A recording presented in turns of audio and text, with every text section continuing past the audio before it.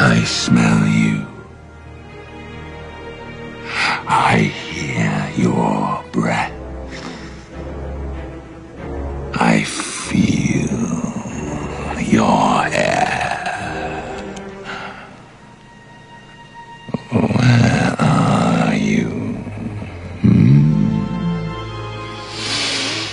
Where are you?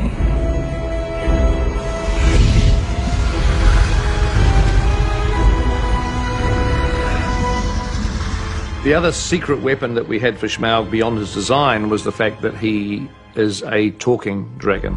We could use his personality to our advantage. And so we were looking for an actor that was not just going to sort of voice a dragon that we would imagine, a dragon would sound like. We wanted someone who actually would do something original, unexpected, something that was a surprise to us. We both went up for it at the same time. We both kind of went on tape at the same time during the first season of Sherlock. So we both went in very early 2010. And I knew Benedict wanted to play Smaug. Smaug was one of the characters that we cast quite early on. We were looking at some of the tapes, and a young actor called Benedict Cumberbatch actually sat down in a chair. Well, thief, I smell you. I can hear your breath. So why don't you show yourself? I guess my first point of call was going along to the Hubbards, which is the UK casting directors of great fame, partly because of The Lord of the Rings. I mean, they got Peter, all of that cast, and I put myself on tape with Dan Hubbard. And he said, look, I don't know, I think, just do one where it's just the voice. I mean, maybe just do one off camera. This is just for Smaug to start off with. But I'd imagined that it'd be motion capture. There might be a bit of that involved. He went, I don't know, I'm not sure, I don't know. And I went, well, I'd love to do a little bit. I'd love to do a little bit of action because it just helps with the voice. You seem very familiar with my name, but I do not remember smelling one of your kind before. Who are you, and where do you come from, may I ask? So I did a few head movements and sort of serpentine stuff with my neck and got the shoulders working a bit. And Dan went very quiet, and I went, too much, too much. And he went, it was fine. It just, I wasn't expecting it. No, that was good, that was good. Just do one off camera. So I did one off camera as well. Oh, yes, Barrel Rider.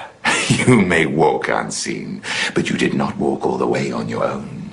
We couldn't see his head. We could only hear his voice. I don't think I knew what he looked like. I just heard this voice, and it was like, oh my God, wow, that's an incredible voice. I ate 6 ponies last night, and I shall catch and eat all the others before long. And then I didn't hear anything, I think, for about a year.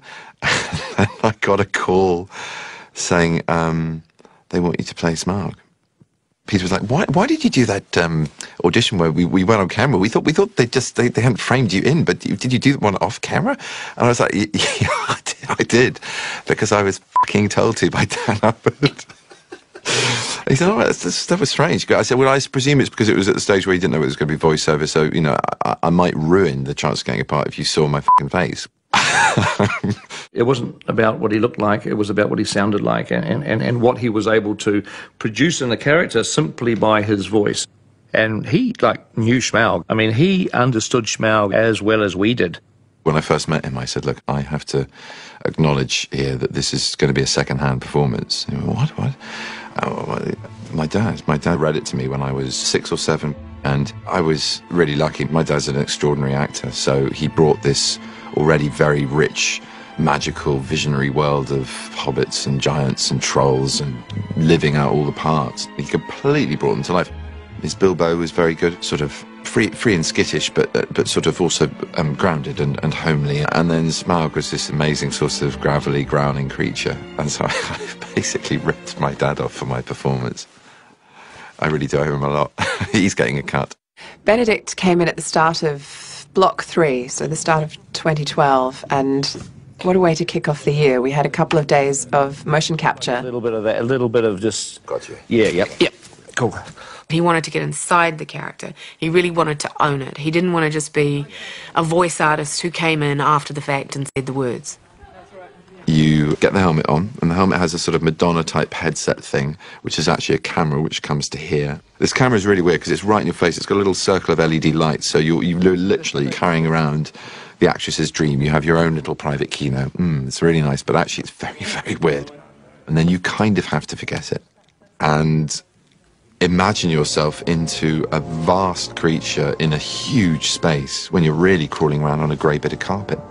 Benedict's choices as an actor were definitely going to affect Smaug big time. And I said, treat it like you're playing the role. Don't think you're just providing the voice. Go in there physically, get what you can out of it. There will be head turns, there will be moments from that performance that you give that can be pulled out and extrapolated and will become part of Smaug's being. I kill wherever I please, and none can stop me. Sorry. We wanted him to have the ability to just freely explore the physicality of the character. And we could watch what he was doing as if it were a stage play. And no doubt you purloined it for your filthy dwarf friends. When you get to play it live, there is an element of theatre to it because you do have a whole audience, even though they're watching and listening through very, highly skilled and attuned technology. You get the feeling that you're playing to them a little bit. I had a very strong idea of what he felt and looked and would smell and move like. I really did. But whether I did that in my motion or animation of my body, I'm not sure, but I knew in my mind what I was trying to do. I played it as an internal thought of, I am this, I am that, I can do that, I can do this, but whilst my body's going and just acting out everything that I'm thinking. You have to take a very big leap of faith and just think big, really. So technically, Benedict's first reading of Smaug on the mocap stage and in the mocap suit wasn't required. We knew that we couldn't use his body movements and actually have them drive the dragon skeleton or drive the dragon muscles, but we were interested in just unleashing his performance and use that as clues to Smaug's character. That's genuinely really exciting. You're being a sort of draftsman, or at least trying to hint towards how it should go. And that's what Pete wanted. He wants something to stimulate them into action and getting an idea of a flavour of character. Benedict was interested in exactly the same ideas as we were, which is to make Smaug a psychopath. Forget what he looks like, forget how big he is, forget how many teeth he's got. His personality is scary. You're talking about Jack Nicholson in The Shining, you're talking about Hannibal Lecter, it's those type of characters. And what makes them scary is they're unpredictable. You have nice manners for a liar and a thief. They have that absolute ability to kind of be charming on one level, and then ultimately you feel the tension and the edge, and there's moments where he can barely hold his psychotic side in as he's trying to actually get to the truth.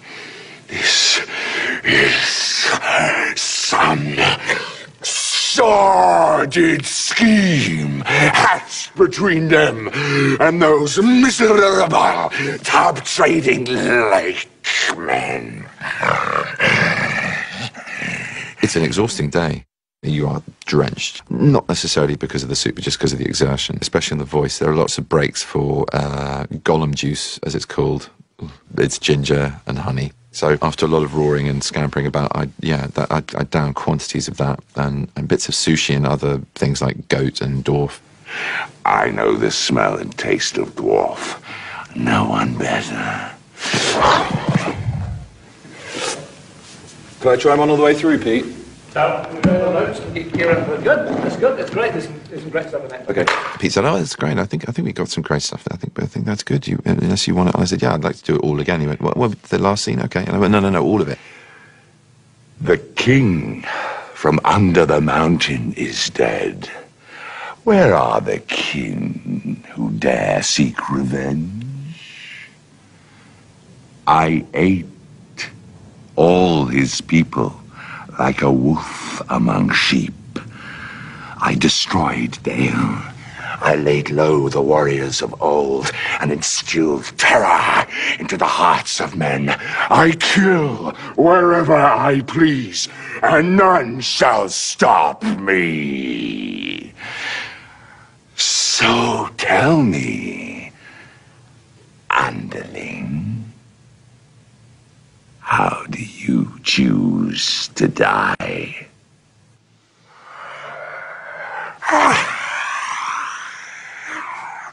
I am fire!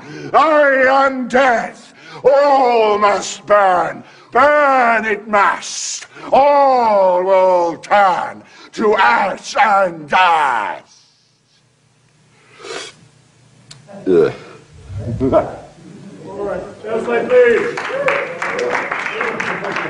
It was great to be able to just have a run and play the whole character in one fell swoop. That was an extraordinary creative process to witness. These guys aren't really. They've never done this faster before. What's going on?